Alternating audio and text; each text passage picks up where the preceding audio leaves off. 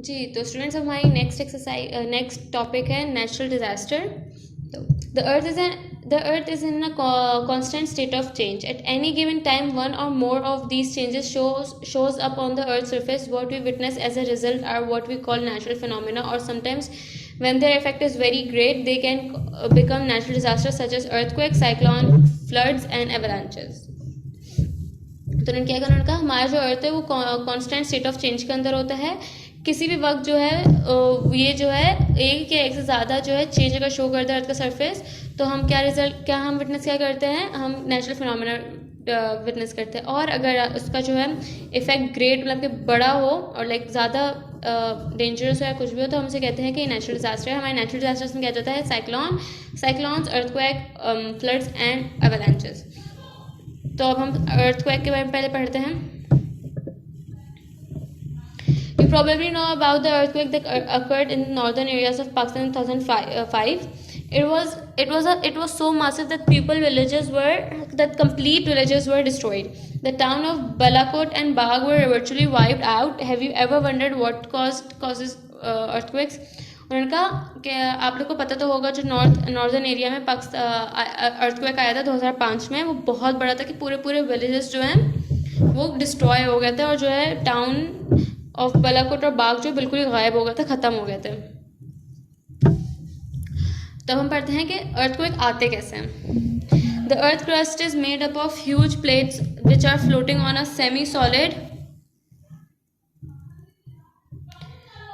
semi-solid interior of the earth. Although we do not see or feel it, these plates are very slowly moving in different directions. Sometimes they rub against each other, either sideways or up and down. When this happens, the surface of the earth shakes. This causes earthquakes. Some of these are not strong enough to be felt on the earth's surface, but others cause great damage. क्या कहना उन्होंने कहा कि earth crust जो है बहुत बड़ी बड़ी हमारे पास प्लेट्स होती हैं जो कि एक सेमी सॉलिड फ्लूइड पर जो है वो फ्लोट कर रही होती हैं। सही है। अर्थ के हम ना तो देख सकते हैं ना ही हम ये फील कर सकते हैं, बट वो क्या होता है, वो जो है स्लोली डिफरेंट डायरेक्शन में मूव कर रही होती हैं। या तो एक दूसरे के साथ ऐसे ऐसे रब कर रही होती है, या फिर एक दूसरे के साइडवेज चल रही होती हैं, या अप और डाउन, या फिर ऊपर नीचे हो रही होती है। When this happen the surface of the earth shaky. जब भी ऐसा होता है तो अर्थ का सरफेस हिलता है और ऐसे अर्थक्वेक आता है। कुछ होते जो स्ट्रांग नहीं होते इतने, तो हम उसको फील नहीं कर पाते, और जो स्ट्रांग होते हैं उस वजह से हमें बहुत ग्रेट डैमेज फील करना उसको विटनेस करना पड़ जाता है। If you experience a strong earthquake, you should look for shelter under a table, a desk, or anything strong that will protect you from the falling objects. When the quake stops, move outside, away from any building or vehicle that could topple onto you.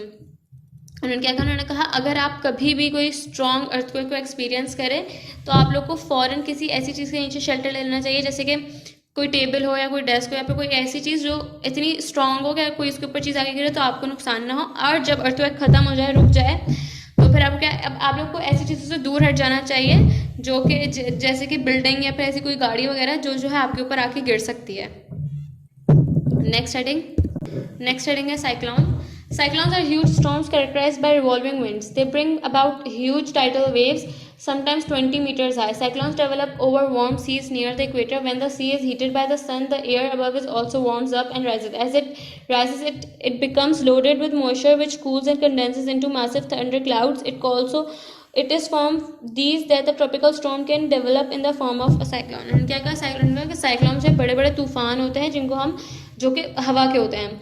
ये जो है बड़ी बड़ी tidal waves को जो है ना 20 metre high तक ऊपर ला सकती हैं। जब साइक्लोन कैसे डेवलप होता है, जब हमारी सी गर्म हो जाती है ना, जो कि इक्वेटर के करीब होती है, तो सी जो है सन की वजह से हीटेड हो जाती है, और जो हमारे पास एयर है उसके ऊपर की वो गर्म हो जाती है, फिर वो राइज हो जाती है। जैसे ही वो राइज होती है तो हमारा जो मॉइस्चर है वो ठंडा होने लग जाता है, जो हमारे पास बड़े बड़े थंडर क्लाउड्स बन जाते हैं, जिसकी वजह से क्या होता है, हमारे पास ट्रॉपिकल स्टॉर्म आता है जो कि हमारे पास साइक्लोन डेवलप कर सकता है।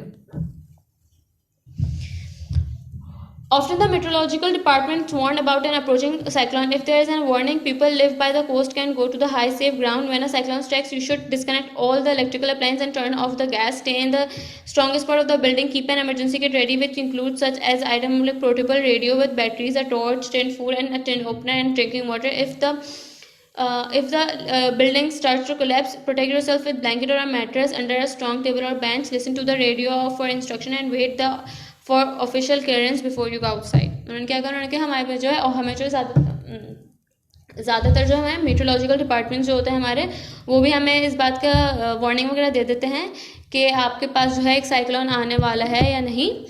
अगर हमें ऐसी कभी भी कोई वार्निंग मिले तो लोगों को क्या करना चाहिए, वो लोग जो कोस्ट के पास रहते हो, मतलब समंदर के आसपास रहते हो, उन्हें जो है ऐसी जगह पे चला जाना चाहिए जो समंदर से दूर हो, मतलब कि ऊंची जगह पे चला जाना चाहिए। और उसके अलावा उन्होंने क्या है कि जैसे ही साइक्लोन आए तो हमें जो है अपनी सारी इलेक्ट्रिकल अप्लाइंसेस, लाइट्स वगैरह सब ऑफ कर देनी चाहिए, हमें अपनी गैस वगैरह बंद कर देनी चाहिए, और हमें अपनी बिल्डिंग के स्ट्रॉन्गेस्ट पार्ट में चला जाना चाहिए। इस वक्त हमें अपनी एक इमरजेंसी किट रेडी रखनी चाहिए, जिसके अंदर क्या क्या होना चाहिए, इसके अंदर होना चाहिए पोर्टेबल रेडियो, बैटरीज के साथ torch, tin food, tin opener और पीने का पानी।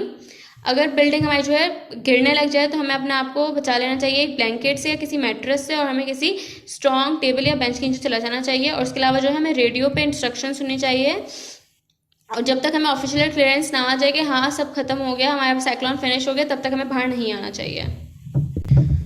जी, तो हमारी नेक्स्ट हेडिंग है floods.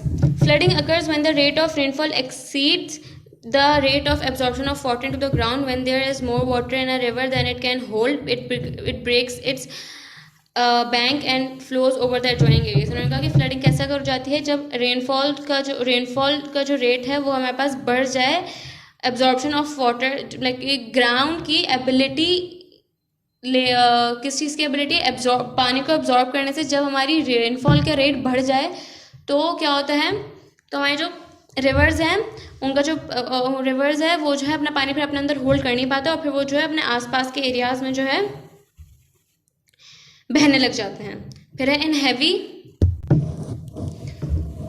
Heavy flooding whole villages में come under water. People should be aware of the weather conditions that could lead to flooding. In the event of a flood warning, you should shut off the utilities such as electricity and gas, and check the drainage system of your house. Park vehicle on higher ground and move a supply of food and water to upstairs room in your house if possible. उन्होंने क्या कहा, उन्होंने कहा जब ज़्यादा flood हो जाता है तो उससे क्या होता है कि बहुत से जो विलेजेस हैं, गाँव हैं, वो जो है पानी के अंदर आ जाते हैं, पानी के पूरे नीचे चले जाते हैं। लोगों को जो है इस बात का ख्याल रखना चाहिए कि अगर हमारे पास कोई ऐसी फ्लड की कंडीशन हो रही, ऐसी कोई कंडीशन आ जाए जो कि जिसकी वजह से फ्लड हो सकता है, तो हमें उस बात का अवेयर रखना चाहिए कि अगर तेज़ बारिश हो रही है तो हमें इस बात का अच्छे से ख्याल रखना चाहिए। और अगर आपके पास कोई ऐसा हो जाए कि आपको पता चले कि फ्लड की वार्निंग आ रही है, तो हमें सबसे पहले अपनी सारे इलेक्ट्रिसिटी और गैस की जो चीज़ें को बंद कर देना चाहिए, अपने घर का ड्रेनेज सिस्टम चेक करना चाहिए कि पानी वगैरह का फ्लो बिल्कुल ठीक है हमारे घर में। उसके बाद जो हमारी व्हीकल्स, हमारी गाड़ियाँ हैं और जो हमारी बसेस वगैरह जो भी, हमें उन्हें थोड़े से ऊंची जगहों पे पार्क कर लेना चाहिए ताकि उनके अंदर पानी ना जाए। और उसके बाद उन्होंने क्या कहा, उन्होंने कहा है कि हमें जो अपने खाने और पानी का कुछ सूटेबल अमाउंट जो है ऊंची जगह पे पहुंचा देना चाहिए, या तो वो आपके घर के ऊपर वाले हिस्से हो, आपकी छत हो, या फिर कोई भी ऐसा ऊपर वाला हिस्सा हो, अगर आपके पास अगर पॉसिबल हो आपको तो। फिर उनका नेक्स्ट हमारे पास हेडिंग है avalanches. And avalanches is the sliding massive slabs of snow down mountain slopes. These cause the biggest danger to the life and property in the mountainous region. One should always watch the weather forecast and avoid going to the areas where avalanche activities is expected. In the event of an avalanche, the rescue service should be contacted immediately because they are trained for the job. उन्होंने क्या कहा, उन्होंने कहा avalanche जो है हमारे पास बड़ी बड़ी स्नो की गोले वगैरह होते हैं, और पूरे बड़े बड़े स्नो के बड़े स्लैब्स वगैरह होते हैं जो कि माउंटेन से गिर रहे होते हैं, जो सबसे बड़ी हमारे पास डेंजर होते हैं, जो हमारी लाइफ को भी डेंजर देते हैं और हमारी प्रॉपर्टी को भी, माउंटेनियस रीजन में जो लोग रहते हैं। और सब उन्होंने कहा कि हमें इस बात का अवेयर रखना चाहिए, और हमें कहीं भी बाहर जाने से पहले हमें इस चीज़ को अपने दिमाग में रजिस्टर करना चाहिए, और अपनी वेदर फोरकास्ट को देखना चाहिए, और हमें उन जगहों पे जाने से गुरेज करना चाहिए जहाँ पर एवलांच की एक्टिविटी होना हो सकती है कि हो सकता है कि वहाँ पर हो एवलांचेस गिरने के चांसेस हों। और अगर आपके पास ऐसा हो कि आपने कभी एवलांचेस हो गई या फिर कभी एवलांचेस फॉल हुई, तो हमें सबसे पहले अपनी रेस्क्यू सर्विसेज को कॉल करना चाहिए, उनको फ़ौरन इमीडिएटली कॉन्टैक्ट करना चाहिए, क्योंकि ये सब जो है इस जॉब के लिए उनको ट्रेन किया जाता है। हमारी लास्ट हेडिंग है landslides. Sometimes in the mountainous areas, rock, earth or rubble abruptly roll down steep slopes, blocking roads and damaging houses. This is called landslide. It may occur due to the natural causes like an earthquake, land erosion or heavy rainfall, or human causes like blasting and vibration from machinery. As with an avalanche, in the event of a landslide, rescue services should be called in immediately. उन्होंने क्या किया, उन्होंने कहा sometimes ऐसा कभी कभार ऐसा होता है कि हमारे जो माउंटेनियस एरियाज होते हैं वहाँ पे पत्थर या अर्थ का कोई हिस्सा या फिर कोई बड़ा सा पत्थर का 20 बड़े बड़े गोले जो होते हैं पत्थर के, वो जो है ना वो स्टीप स्लोप से जो है ना माउंटेन के, मतलब कि ऐसे वाला जो एरिया होता है हमारे पास, गहरे जो होते हैं एरियाज, उससे जो है वो आके नीचे गिरने लग जाते हैं, जिससे क्या होता है हमारी जो रोड्स ब्लॉक हो जाती है, हमारे घर पूरे तबाह बर्बाद हो जाते हैं। उससे क्या कहते हैं, उसे हम कहते हैं लैंडस्लाइड्स। ये जो है हमारे पास नेचुरल कॉज होता है। अगर नेचुरल उसके दो तरीके होते हैं, या तो ह्यूमन एक्टिविटी होगा या नेचुरल कॉज होगा। हम नेचुरल कॉज की बात करें तो या तो अर्थक्वेक हो या फिर लैंड इरोजन हो या फिर बहुत शदीद बारिश हो, तो हमारे पास जो है हमारे रॉक्स वगैरह हिल जाते हैं। अगर हमारे ह्यूमन कॉज क्या होगा कि अगर कोई ब्लास्ट हुआ हो कहीं या फिर बहुत शदीद तेज़ वाइब्रेशन हो किसी भी मशीनरी की, तो जो है लैंडस्लाइड हो सकता है। और जैसे एवलांचेस में है कि हमें फ़ौरन अपनी रेस्क्यू टीम को कॉल करनी चाहिए, वैसे ही हमारे साथ लैंडस्लाइड में भी कि हमें फ़ौरन उनको कॉल करनी चाहिए। अब हम अपने क्वेश्चन आंसर इस तरह मूव ऑन करेंगे जी। तो आपको सबसे पहले क्या करना है, आपको अपने टॉपिक ऐसे लिखना है, टॉपिक नेचुरल डिजास्टर्स, फिर आपको अपने क्वेश्चन नंबर 1 लिखना है। इसके 2 क्वेश्चन हैं।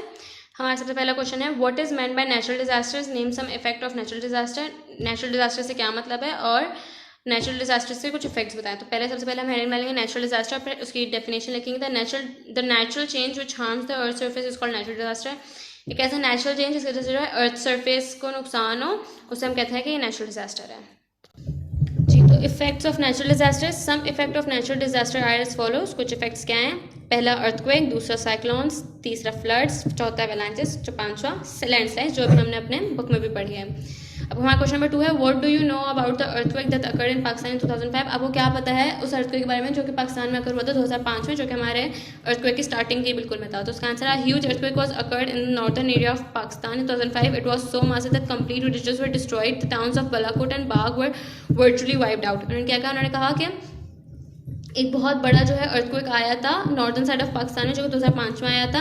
वो ये इतना बड़ा अर्थक्वेक था कि पूरे विलेजेस जो है तबाह बर्बाद हो गए थे, और जो टाउन है हमारे पास बलाकट और बाग के, वो जो है वो वर्चुअली पूरे ख़त्म हो गए थे, कि वो उनका नक्शे से उनका नामो निशान ही मिट गया था जी। तो यहाँ पे आपका ये unit number 1 the earth and